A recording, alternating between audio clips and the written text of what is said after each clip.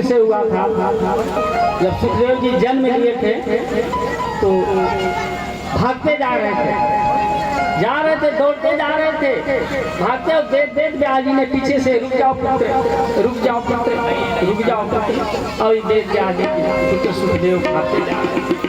पिताजी गृहस्थ जीवन नहीं जीना चाहता हूँ, और गृहस्थ जीवन जो दलदल में फंस जाता है कभी निकलता नहीं है, फिर मैं बैराग लेना चाहता हूँ पिताजी। वृक्षों से तन्मय होकर आवाज आई, और बेटा रुक जाओ बेटा, रुक जाओ बेटा, भागते जा रहे हैं सुखदेव जी। जब सुखदेव जी कुछ स्त्रियां ने स्नान कर रही थी तालाब में, जब तालाब में स्नान करी तो उसी मार्ग से जाते हुए देख लिए, लेकिन स्त्रियां ने लज्जित नहीं। और जैसे देख व्यास जी गए उसी समय तो कहीं कि हे बाबा थोड़ा वस्त्र धारण करने में थोड़ा सा विलम्ब हो गया, आज हमको क्षमा कर दीजिए।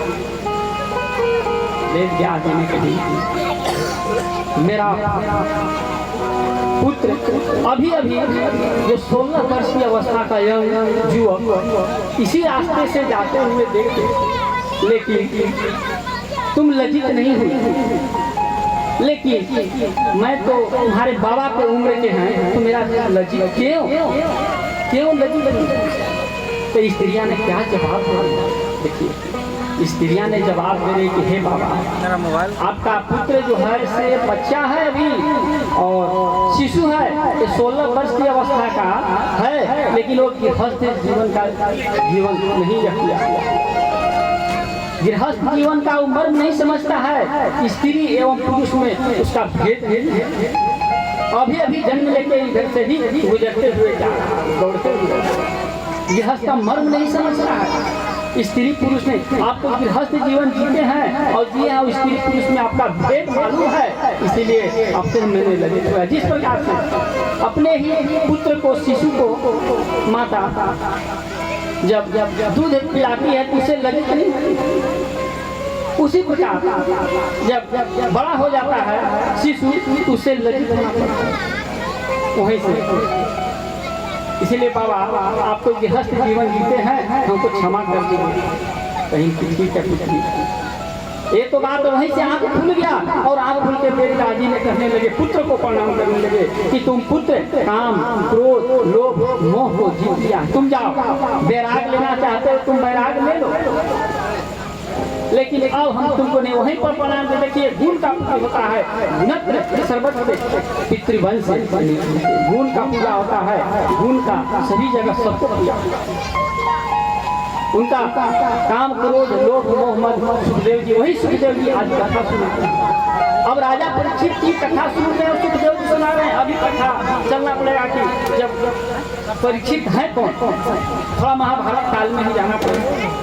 जब कौरव पांडव में अंतिम ही युद्ध था तो उस समय भीमसेन ने जंघा तोड़ दिए थे। गुरु द्रोणाचार्य के पुत्र अश्वत्थामा थे, अश्वत्थामा आया तो गुरु द्रोणाचार्य के पुत्र हैं अश्वत्थामा आया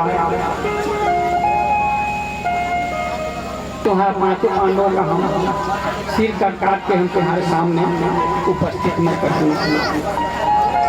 ठीक है। करा रहे थे मृत्यु की, दुर्योधन करा रहे थे मृत्यु की, देख रहे थे। उसी समय निकल गया, जहाँ पांडव सोया हुआ था वहीं पर निकल गया। जब पांडव जहाँ सोया हुआ था कृष्ण भगवान जानते थे कि अश्वत्थामा आएगा, और अश्वत्थामा आएगा और अश्वत्थामा आके हो सकता है वो कर्म भी कर सकता है, हत्या भी कर सकता है।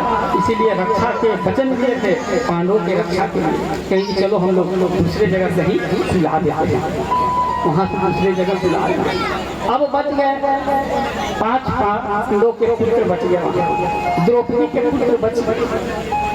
अब आया दुर्योधन, देखा कि 5 पांडव भी सोया हुआ है, पांचों पांडवों के सिर काट और लेके चला गया दुर्योधन के। कहा कि भेज मैंने तो पांचों का हम वध कर दिया। अरे पांचों का तुम वध कर दिया है, पांचों तो इतना आसानी से मरने वाले नहीं, क्योंकि तुम मारना था पांचों पांडवों के, 99 भाई मेरा तो मर गया था, हम ही तो बचे थे। पांचों द्रौपदी का एक पुत्र है, पांचों पांडवों का पुत्र है, तुमने क्या कर दिया। ब्रह्मास ऋषि देखते हुए भगवान कृष्ण भगवान को पुकारे। उत्तरा मामा ससुर रखते थे कृष्ण भगवान के ना, पुकारे कहीं की, हे गोविंद आप ही बचा सकते हैं, मेरी मृत्यु की चिंता नहीं है, मेरा गृहस्थ शिशु का चिंता है। अगर इस वंश में एक ही को बचा हुआ है, जो इस वंश में अगर मर गया तो मेरा ये खानदान नष्ट हो जाएगा, सारे खानदान नष्ट हो जाएगा, मेरी मरने का चिंता नहीं है। यहाँ तक प्रसंग में कोई भगवान भी नहीं रोए थे, लेकिन वहाँ पर भगवान भी आंसू आ गया। भगवान मामा ससुर लगते उत्तरा के आकर वहाँ गर्भ में हंस चक्र गदा लिए हुए खड़े हो गए और खड़े हुए उस प्रकार से रक्षा किए और रक्षा करके उनको बचाए। वही जब उत्तरा के गर्भ से बचा दिए तो भगवान ने अवतार लिए थे, रक्षा करने के लिए ही अवतार लिए थे ना, हमने तो रक्षा करेंगे और रक्षा करने के लिए ही अवतार लिया। और पांचों पांडवों का बचाने का ही अवतार ही लिया। अब इधर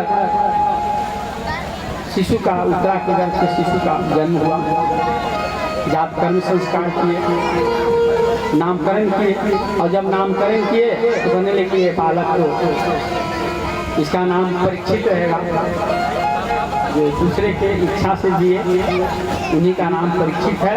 वही परीक्षित कथा श्रवणम कर रहे हैं और कथा श्रवणम कर रहे हैं और कथा को सुना रहे हैं और सुन रहे हैं। उसका 7 दिन कथा से मुक्ति हो गया। सीताराम सीताराम सीताराम कहियो